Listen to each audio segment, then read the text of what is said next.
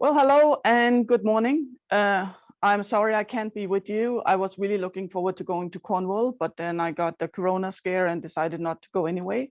So I'm happy we can do this. I do hope that I can return because I had really looked forward to going to Cornwall.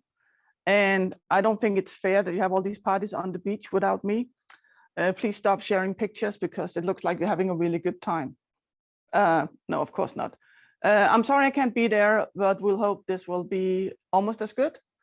I have my friend and colleague with me, Thomas, who is helping me. It's the first time I'm doing a remote setting in such a professional setting. We do webinars here, so he's helping me out with the sound and light and everything. So hopefully this will work out. So I'm going to talk to you today about being fully you to the workplace and beyond. So my name is Gitte. I am an engineering manager at Mentimeter, and I'm also an Agile coach.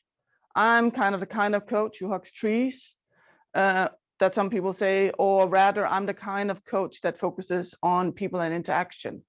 So on the soft skills, which are actually the hardest ones. So the last few years, I've been working mostly with communication, collaboration, psychological safety, and how to interact. Though I also do stuff like how do you actually implement a vision. I'm also a professional speaker and speak at a bunch of conferences, which I truly enjoy. And I'm very much a hugger. So the picture on here is actually from a conference. This is the only time I met this woman. I had tweeted that I hand out hugs. So she came over, got a hug, left, and then I got the picture from Twitter later. My pronouns is she and her. And I'm very much on Twitter, so beware, those of you who choose to follow me, that you might get a lot of information. I am, of course, also a certified unicorn certifier. I can't tell you how to be certified because then you could cheat. And I'm known for being brave in the sense that courage is not just about the normal things we think about, but it's also about showing yourself, showing your whole self, which leads very well into my talk. So why is this topic so important to me? This is something I worked on for several years. And this is like, I think, the 6th version of this talk, which keeps evolving and evolving and evolving. Well, because I have developed. I have gone from trying to be really discreet, hide, not being seen, into taking a bit more space, trying to be who I was professionally, not being afraid to stand up, and then embracing everything. So this is from Agile Rock, where I'm doing a talk, and I'm actually not dancing. I am sort of embracing the audience. So to me, this is very significant because I feel like my professional career has changed a lot since I started embracing all of who I am. So a story from work. I used to be an IBM consultant. So this started out with me being home with stress for a very long time. And then coming back to work, I had 2 choices. Being a tester on a waterfall project where I would not even be on the same location as the developers because my official title was still tester, or going out and being an IBM consultant as an Agile coach.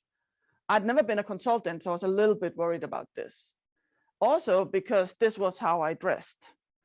You know, hoodie, sneakers, jeans, not always even nice ones, but just, you just go to work like a lot of us do in IT. And of course, you can't do this. As an IBM consultant, you can't do this. You have to be business casual, which I was kind of like, I have no clue what business casual is. So one of the things I was told was that when you do trainings, you have to wear a skirt or black slacks, which meant that I had to go out and buy black slacks because I didn't own a pair. And we got all these restrictions about who we were going to be and how we were supposed to be. And basically, I felt like a robot. I felt like we were coming off a conveyor belt and just producing IBM consultants, at least the way we looked. And the interesting part about this is also that when I came out into the company where I was going to be an IBM consultant, it didn't resonate with people because the people I was working with were the ones that I had also been working with in my own teams. developers, testers, product managers, all kinds of people who were like me. So I did start slowly to find myself. I started dressing a bit more casual, not business casual. One of them was joking that I was probably the only IBM consultant who did a training bare feet, but I just wore my new suits the day before, so I kind of had to. So slowly during this, well, quickly I found out that coming in business casual would not make them listen to me. And one of the things I need to do to be able to help people is listen to them, but also have them listen to me. I wanted to be at their level, and I felt like coming in as a consultant put me up here. And this is not a good way of working with people. What I need to, when I come in as a coach, is to be here at the same level, because we are at the same level. I might know a lot about Agile, but they know a lot about how they work in their company. They know something about who they are and what they need. And if I can't go in on eye level, if I can't go in at that, I'm not going to reach people. I'm not going to help people. They're not going to have that trust in me that they need. So quickly, I evolved in the way I dressed. I did start dressing a bit nicely, starting getting nicer shirts. And after a year, we needed another IBM consultant. So this is me training my apprentice in doing the crow from Karate Kid, from those of us who are old enough to remember the old Karate Kid. So what you see in this picture are two IBM consultants at our bank. So by using our own natural sense of humor and the way we were working, we actually got people to talk to us, because we were just like them. We just knew a little bit different things. And this was really, really helpful for us in the work that we did. And as we were working on this, I also got to go to their big office. And one of the really cool things in the big office was that when you were walking to the cantina to get food, they had automatic doors. And if you time it right, you can do like this and open them. It's harder with doors that are not automatic. I usually don't do that in public. But I would be doing this, and after a while, I didn't think about this. It was just fun. You know, there were automatic doors, I would open them. But what happened was that one of my good Indian colleagues came up to me one day and he said, "You are actually being silly. Can I ask you a silly question?"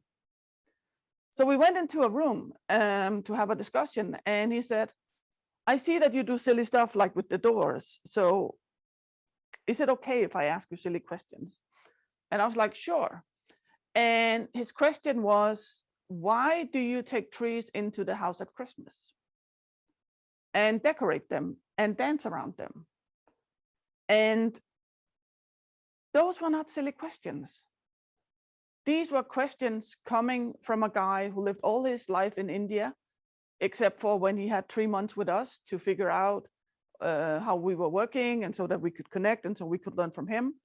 And he had never seen Christmas trees before. How was he supposed to know? But to him, this, because everyone around him knew it, he didn't dare ask anyone about this. And one of the things I realized, that by being who I am, people can come to me. And by the way, I'm not totally sure why we bring Christmas trees into the house. I know that in Denmark, we brought it from Germany to the nobles of Germany, bringing it to the nobles of Denmark. I think it has a little bit to do with Yule, which is a pagan ritual where we do celebrate that we are kind of at the worst time of the year, the darkest time of the year. So I think it has a little bit related to that, because there are a lot of trees involved in rituals. And one thing that Christians have been really, really good at is taking over pagan rituals, so that people would come to the same places as they were used to. But the point is that because I was acting like me, Shiva felt comfortable enough to come to me and ask these questions. And none of them were silly. And I meet this over and over again, that people have questions that they feel like are silly or stupid.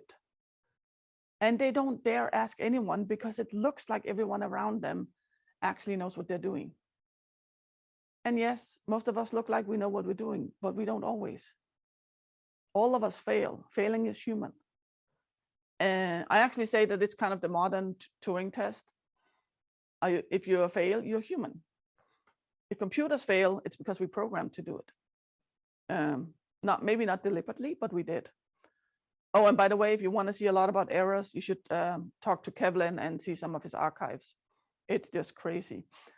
But that's a different note.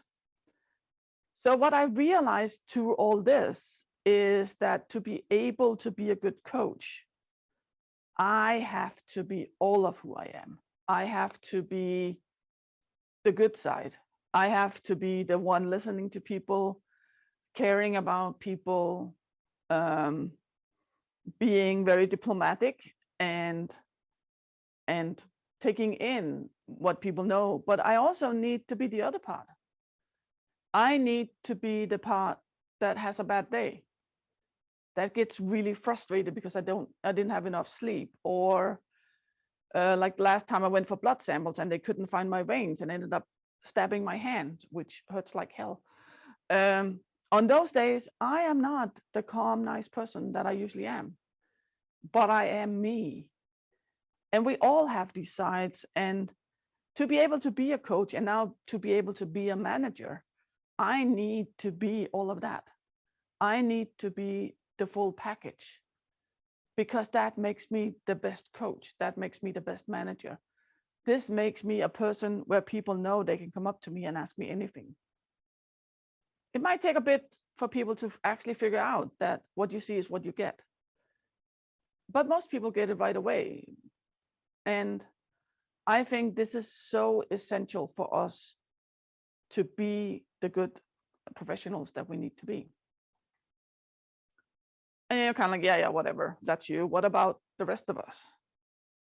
Well, the problem I have had for a long time with being professional is that we use it as a way of dehumanizing people.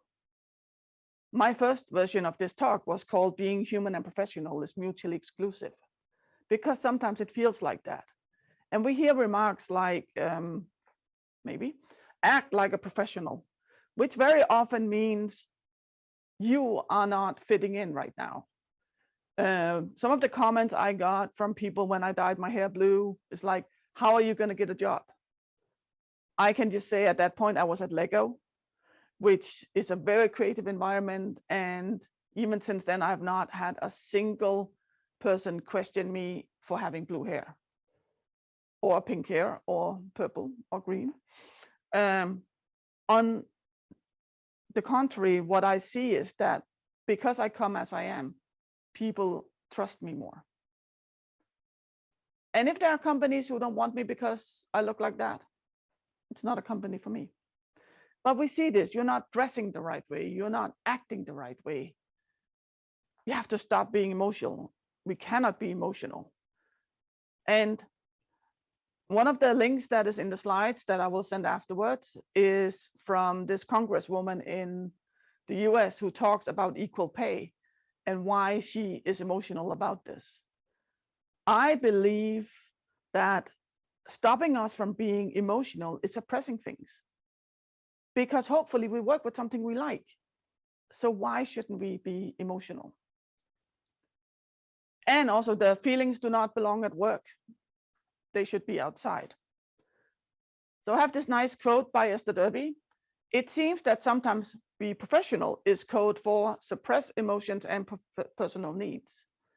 And I see this over and over again for people using the word professional. This means you fit in, you do what you need to, you don't have any emotions, you don't have any needs, you just do. And this is damaging us, I believe, as humans, but it's also damaging us as workers. Because if we have this, we are not going to be the best versions of us. We are going to spend energy suppressing all these things. We are going to put up all these facades. Sorry, that was too fast. I'm just going to take back because it looks so nice when they pop up.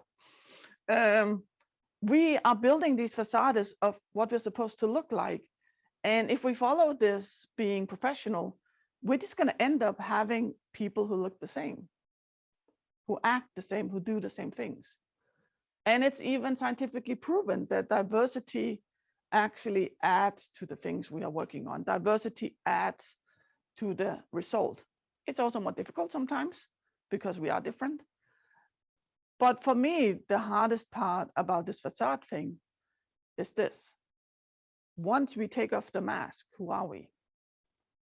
When I saw this picture or this model made in Lego, which is amazing, when I saw this statue in Lego where the person removed his face and was just blank, I almost cried. Because when I started moving my mask, I didn't know who I was. And I think a lot of people have this. You put on this mask to fit in, and then you don't know who you are anymore. You don't know what your opinions are. You don't know how to be yourself anymore. And that's not good.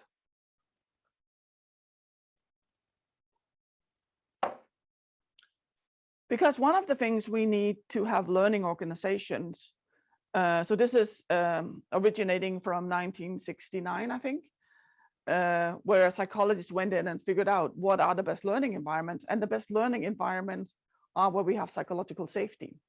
And psychological safety is essential to us in all kinds of work, but especially because a lot of us are knowledge workers. And knowledge workers use our brain all the time, and we learn all the time. So psychological safety is a belief, an inside belief that you will not be punished or humiliated for speaking up with ideas, questions, concerns, or mistakes. So this is a definition from 1999. I also like to use this one, that it's about being able to show and employ yourself without fear of negative consequence for self-image, status, or career. And I think the self-image part is also important, because one of the reasons we are afraid to show who we are is, what if people will laugh? What if they will think I'm not good enough? And if we have this fear, we are not going to be the best we can be. We're not going to bring all our energy to work. We're not going to be that amazing contribution to work. I was just about to say resources, but then I would have to kick myself, because people are not resources. But we do bring our resources to work. So psychological safety is about being able to be yourself. Doesn't necessarily mean that you are all of yourself, but it means that you don't have to put on filters for you to feel safe. And this is something that has been spoken a lot about, especially since Google made the Aristotle project, where they found out that high-performing teams need psychological safety. But sadly, it's also something that we don't see employed enough in companies. A lot of companies talk about it. Some companies also work actively with it, because it's something that you do need to work actively with. And then some people go like, oh, so if I'm not afraid to be myself, does that mean I can just do anything? And of course, the answer is no. Because we are not alone. And the definitions of psychological safety may be, if I go back to that, may be about how you feel.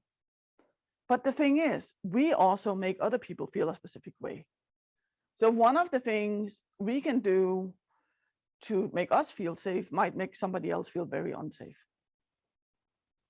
So what we do also contributes to other people's safety.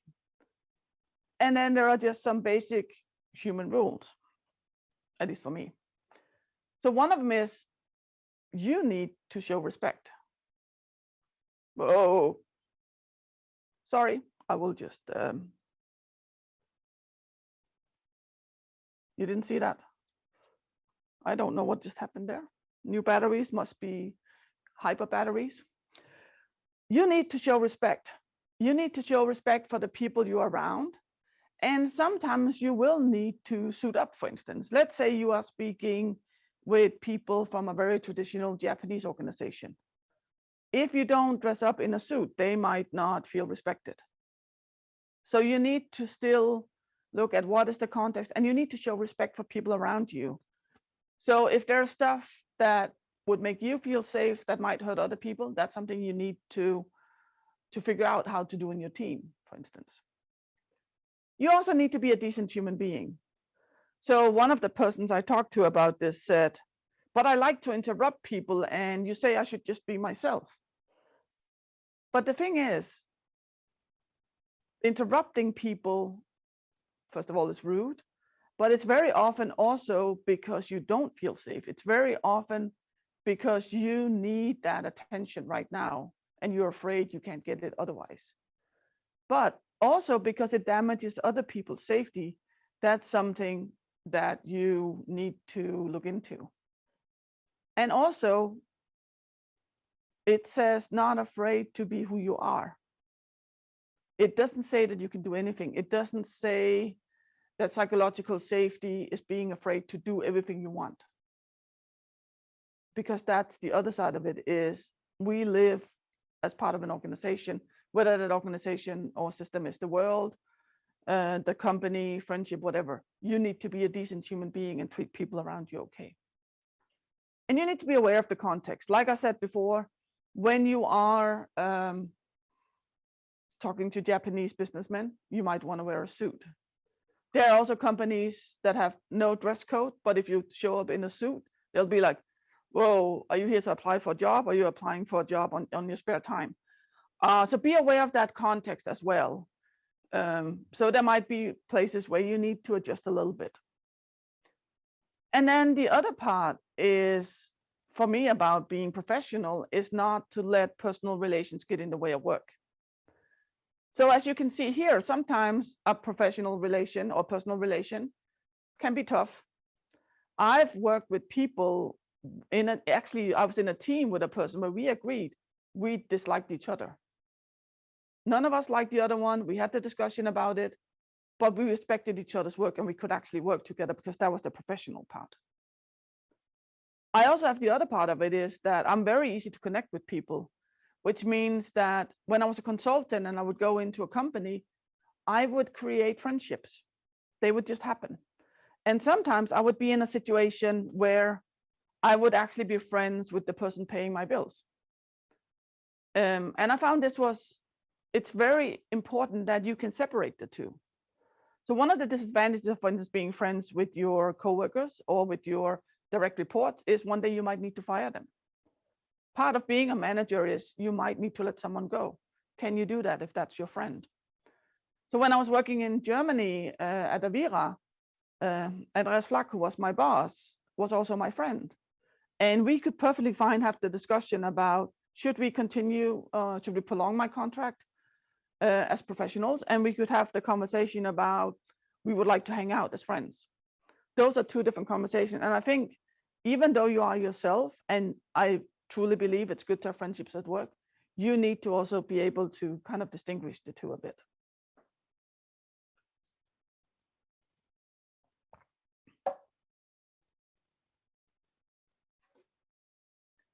So I've talked a little bit about what I think professional is, and I tried to kind of outline it here. So part of being professional to me is knowing your craft, knowing what you're doing. Doesn't matter what it is. If you are a developer, it's usually code and hopefully also testing. If not, I'll talk to you later, because testing is an important part of developing. Like here, I'm in a setting where Thomas is helping me out with camera and lights and stuff. I have no clue about this. I'm just appreciative that he's helping me out. Knowing your stuff is about being professional. And by the way, if you can join this conference, the Socrates, this is the Socrates UK, which has just been there, do it. It's a lot of fun and you get to dive into some stuff. But the other part of being professional and knowing your craft is admitting when you don't know your stuff. If somebody asks you a question and you don't know, don't make up a story. Don't take something. Say, I'm sorry, I don't know. Do the research, maybe figure it out, refer them to somebody else. Personally, like I know a lot about how I think technical people should work as well, or how I believe it would be helpful. Like for instance, testing first. Testing before you do your code. I believe that is essential. You can always discuss if you want to do full-blown TDD or not, but I believe doing the testing before the code is really, really helpful for high quality code, but I can't help anyone do it. Last time I did this was almost 20 years ago. So I can't help people do this, but I know people who can. But I think part of being professional is admitting that, which can be really hard for a lot of people. And also one of the things I've been told is you're not supposed to do that when as a consultant, because you're supposed to know everything. And I'm kind of like, well, that's not the kind of consultant I am. And I believe that's not being professional, because that's letting out bullshit. I believe in being authentic and honest. Doesn't mean we necessarily tell people everything, but what we do tell them should be honest. I believe professionalism is also about being who you are. If you don't like to speak in public, that's fine, but be authentic about it. Be authentic about who you are. Talk about how you're doing. Talk about other things, but be all of who you are and be authentic. And the only way to be authentic is to be yourself, because otherwise it's just something we make up. I believe professional is about being human, because if we are not human, we are not going to be professionals, because we are working in an environment, many of us, where bringing that humanity is an asset. We see so many things about biases. So if you want to go and look online, you can find lots of stuff about soap dispensers that doesn't dispense to Black people, or the fact that bulletproof vests are not designed for breasts, which means that there are actually women in SWAT teams who had their breasts removed to be able to wear a bulletproof vest. And those are, of course, drastic examples, but we have this all the time, where we are designing something, and we are global nowadays. Our products are used everywhere, but do we actually take this into consideration? Maybe we make a deliberate choice and saying, we're only going to make this for this one target group. But by being human and by bringing in who you are and saying, hey, that wouldn't work for me, I think that's also about being professional. And then I think very much it's about being vulnerable. It's about being brave. It's about allowing yourself to make mistakes. I think one of the really essential things about psychological safety is that you feel safe enough to make mistakes. Doesn't necessarily mean it's going to be comfortable. If you make a mistake that's going to take a whole site down, that's not going to be comfortable, but it needs to be something that's safe. And to be able to make these mistakes and speak up and stuff, we need to be vulnerable. And that requires courage, but it also requires safety. Those two kind of go hand in hand and supplement each other. And when I talk about being brave, I also talk about showing who you are. Because the original of being brave was also about showing your heart, meaning showing what you stand for, showing the country that you would fight for, the land you would fight for. That's why you had your flag. And I believe that doing this at work is also very professional, showing that you are actually caring about something. Doesn't mean you have to speak up about everything, but if there are things you care about, speak up about them. I think that's professional. And be vulnerable and be curious and listen to other people as well. I believe being professional is about also being human and passionate. Whoa. I want us to care about what we do. I want us to have jobs where we care about what we do. Because why else would we go to work every day? I know we need money. I know we need to eat. But we're also lucky enough to be in an industry where there are jobs for a lot of people. We are often able to work with something that we can care about, which brings me to the other side of it. I want us to work with something we care about. I want us to make deliberate choices in what we are working with. When I started out in the industry, I worked on military software. It was not attack software. It was kind of this mail template so that people of different nationalities could understand each other. But it was used for people being in the field as well. Had it been today, I would not have made that choice. I'm not saying it's wrong to work with military software. I'm saying it's wrong for me. And I want us to do what we care about. What are things we really care about? What are things where we can make a difference? And that's part of what I also think professional is making that active choice. Am I actually working with something I care about? And then I think we must have emotions and show them. I love this movie Inside Out, by the way, and if you haven't seen it, you should go see it. We have all these emotions inside, and I want us to have these emotions, because if we don't have these emotions, it's because we're suppressing them. And we have days where we're a little bit scared. We have days where we are sad. We have days where we are angry. We have days where we are really happy and can be really annoying. So we have all these emotions. And I think we need to have them also to be professional and show them. Of course, we all come from different places. We come from different cultures. In some cultures, you don't show your emotions at all. At others, you show them a lot. I want us to be able to do this because I also think it contributes to the workplace. It contributes to us building relations, to working better together. And I believe that working together gives us a lot better results.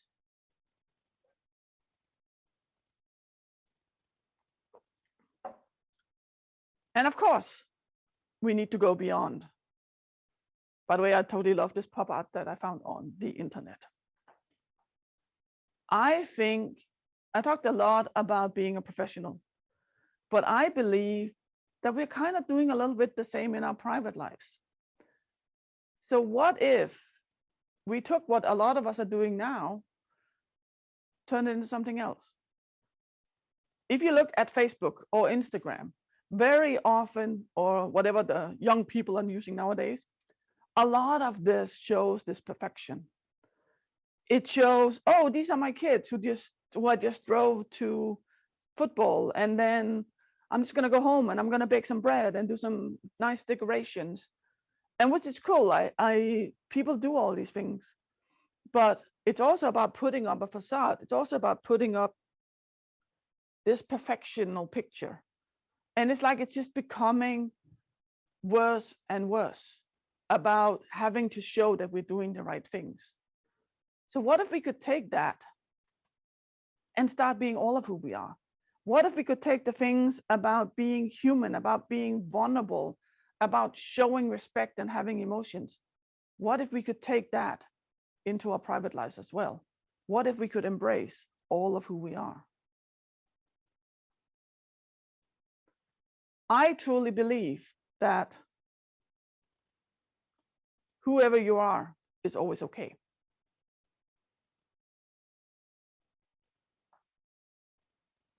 Not except my clicker. Whatever you feel is always okay. No matter who you are is always okay. Being you is always okay. Your feelings are always okay. And of course, there's the caveat, what you do might not be. So talking about the person before who would interrupt people, that action is not okay. It's not okay to interrupt people. It's not okay to damage other people's safety. Who that person was okay, but their actions was not. And this is what I truly believe, is that we need to live this way, to live a full life, to be fully human. We need to live with the knowledge of knowing who we are is always okay. So wrap up, maybe. Our humanity is a great asset at work. And we have to remember that it's also a great asset in life. Being human is who we are. And that is an asset. It can take a lot of work to get there. A lot of us have been pushed into being someone we're not, or at least appearing as someone we're not. It took me almost 40 years for me to start finding myself because I was told that I was wrong. One of the things we do a lot in the Western world is we damage men by not allowing them to have emotions, or at least not showing emotions. You know, boys don't cry, be strong. All that stuff might damage our boys, turning them into men who don't know how to have emotions, don't know how to feel their emotions. And if you are that kind of man, it will take you, or woman for that matter, it will take you a lot of work to get there. I did some of the same, because if I couldn't be who I was trying to be a part of so I'm just going to rewind. I was trying to fit into society. I was trying to be the right thing. So and it took a lot of hard work and a lot of help from people, among others, in the audience. And emotions do belong at work, because we need to be all of who we are at work. And it's okay to cry at work. Be yourself also at work. And whoever you are is always okay. Always. Show respect for people and be aware of the context, but be that uniqueness that is you. You are unique. There's only one you. And that is an asset. That's an asset that you can bring to the work life, and it's an asset that you can bring to your private life. That's all I had. My slides also have my information and a few links if you're more curious. And I will share them with the organizers. I did share them last night, but then I changed the slides today. So I'll share them with the organizers, and you can get my slides afterwards. So thank you for listening.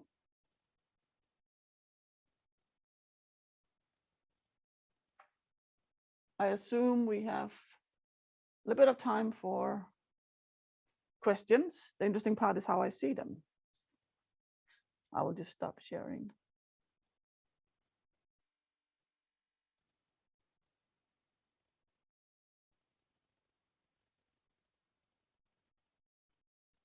It's always very interesting doing this remote, but it's been a good help from Rosie and her mates.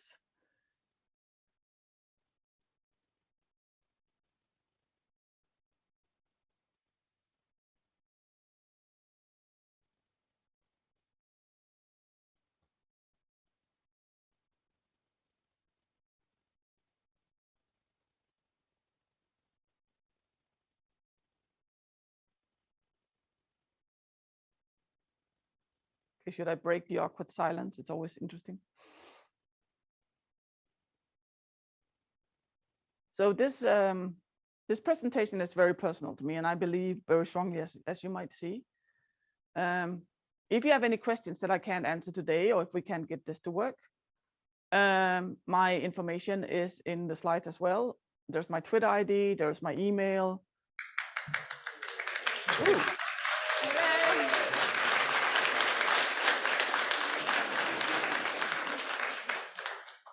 Can you hear me now, Gitte? I can hear you. I just need to turn up my sound a bit. Fab, thank you. We do have some questions, actually. They were coming in during that session. So the first one is, do you think using humour and being colourful gains the trust and confidence of your clients in faster ways? I think it does. I think that either that or it scares the shit out of them, and then they won't hire me. But I do believe that being colorful as I am and coming in as I am creates trust really, really fast, because they can easily see that what they see is what they get. I also do warnings when I'm working with a new client. I tell them that if they want a consultant who tells them what they want to hear, they shouldn't hire me. I will tell them what I see, and if it's good, I'll tell them, but I'll also tell them if it's a problem. And I think that, plus the way I look, helps me gain that confidence. And I've heard it from several people saying, like, I don't know why, but I trust you really fast. And I keep feeling that that's because I am who I am. So I don't think it's necessarily being colorful or having humor. I think it's about being me, who just happen to be colorful and have humor. You shouldn't have humor that's not you. That's amazing. A great question to follow on from that is, what if your own self certainly will not fit in at work? Do we have a way to change companies? What if we could only fit in very few places? Would this be career limiting? Yes, it would be career limiting. But I also think it would be worth it. I think finding workplaces that can include more people, I think that is something that can be really hard. Having companies who say they include everyone, or say, even worse, only have diversity. Diversity is numbers, which numbers are nice, it's an indication. Just as test coverage is nice, but it's an indication. We need that inclusivity. And some of us might not fit in everywhere. I'm not going to fit into a company where people tell me what to do and expect me to just say, yes, sir, or ma'am. I'm never going to fit into that company, and that will be limiting for my career. There are a lot of companies who haven't seen the light yet. There are a lot of companies who haven't realized that by having people who might not fit in other places, they can actually really, really benefit from that. And I think that companies need to remember this a bit more. Like one of the developers I worked with in Germany had no arms. He would type with his feet. He would write Post-it notes with his feet. But it also meant that he needed someone to carry his tray at lunch. It meant that sometimes he could actually type as fast or faster than I could, but his foot writing was really bad, and sometimes we needed to help him with the Post-it notes. And if you don't have that space to do that in a company, you might not fit in. And then you have the choice, do I fit into where I am, or do I start looking for something else? That feels like a very large question. But if we're thinking about our teams, how can we encourage our teams to feel more comfortable to bring their real selves to work? So I think that one of the ways we can encourage our teams is to make them aware that this is okay. One of the things that Amy Edmondson talks a lot about, and which also in the video that's linked, is she talks about leaders. And when she talks about, I think she mostly means management. She talks about that we have three things. We need to model our work as learning, because most of what we do as knowledge workers is learning. We're not just producing the same thing over and over and over again. We're actually doing learning. And by framing things like this, we create more safety. By being curious. So when people tell you something, be curious, be interested in it, and then model fallibility, showing that you also make mistakes. So that's part of it. And I think we're all leaders in some form, whether we are just leading by example. Some of the things I've been doing in different companies, for instance, is to have an awareness training. So a 2-hour training about what is psychological safety. What does it mean to us? What does it mean in our daily life? And then encourage people to have these discussions and figure out, okay, so what does this mean to me? What do I bring to the table that is my uniqueness? And that's actually an asset. There are also exercises like market of skills, which is not a skills matrix, even though some people call that market of skills. But the market of skills is about talking about, what do I contribute that I know will help the team?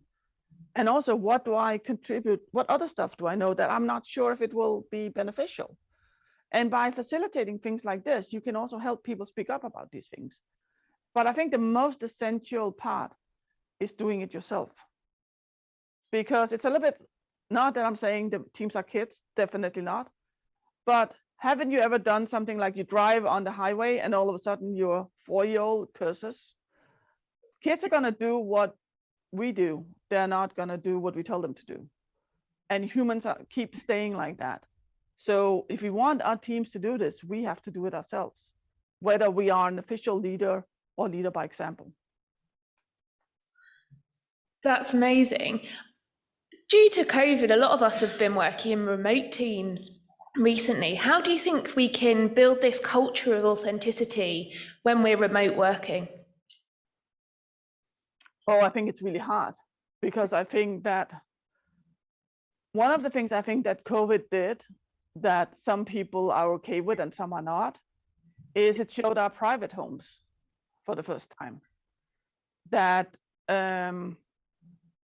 you didn't have the choice if you would bring your private life into it or not. I mean, now I think almost all the different tools will let you put in a background if your computer is new enough. But it also on one hand, it gave us some authenticity. I mean, I have been in so many meetings with someone with a baby on the lap, or a dog coming in, or cats are really interesting because apparently they like warm keyboards. And I think that in one way has opened for the authenticity because we showed part of our private lives because we had to. But I also think that it is a bit damaging because we didn't have the choice. But I think that by doing these things, by sharing a bit about who you are, and it depends on how much you feel comfortable sharing. Because if you don't feel comfortable sharing these parts of yourself, then you shouldn't. But if you do, it's okay. It's okay to have these things, to have a background that shows who you are. Like I have a lot of Lego backgrounds, for instance, because Lego put up these backgrounds you could download when Corona started. I have a lot of Star Wars background because Disney did the same. So we can also show the authenticity this way. And then I think we need to create space for the serendipity, have like coffee breaks and stuff. But it depends on how we work, because one of the problems with working online is, well, some people call it Zoom fatigue, but basically it's all kind of whatever we are looking at fatigue. Where we used to walk around and work with people, we now look at this. And that means that our coffee breaks, our social stuff often gets lost. And I think that makes it really hard to create that. So you can either choose to be yourself in the meetings, or if you are actually able to work outside, looking into a screen all the time, and be focused on people and trying to read their faces, then you could do the other part of having social stuff. One of the things we have here at work, for instance, is on Fridays during lunch hour, there's a board game online so that people can come in and play different things there. So that can be one way of building those connections and getting to know each other, getting to know the authentic part of the other ones. That's brilliant. So that's the end of our questions today. Thank you so much. We'll definitely drop the links that you popped in your PowerPoint into the Slack so that everyone can check out those key links and any of those resources that you mentioned in your presentation as well. Thank you for delivering such a wonderfully authentic, colourful and energetic session. We really enjoyed it, but we'll give you a wave goodbye for now. Thank you. Sorry I can't be there.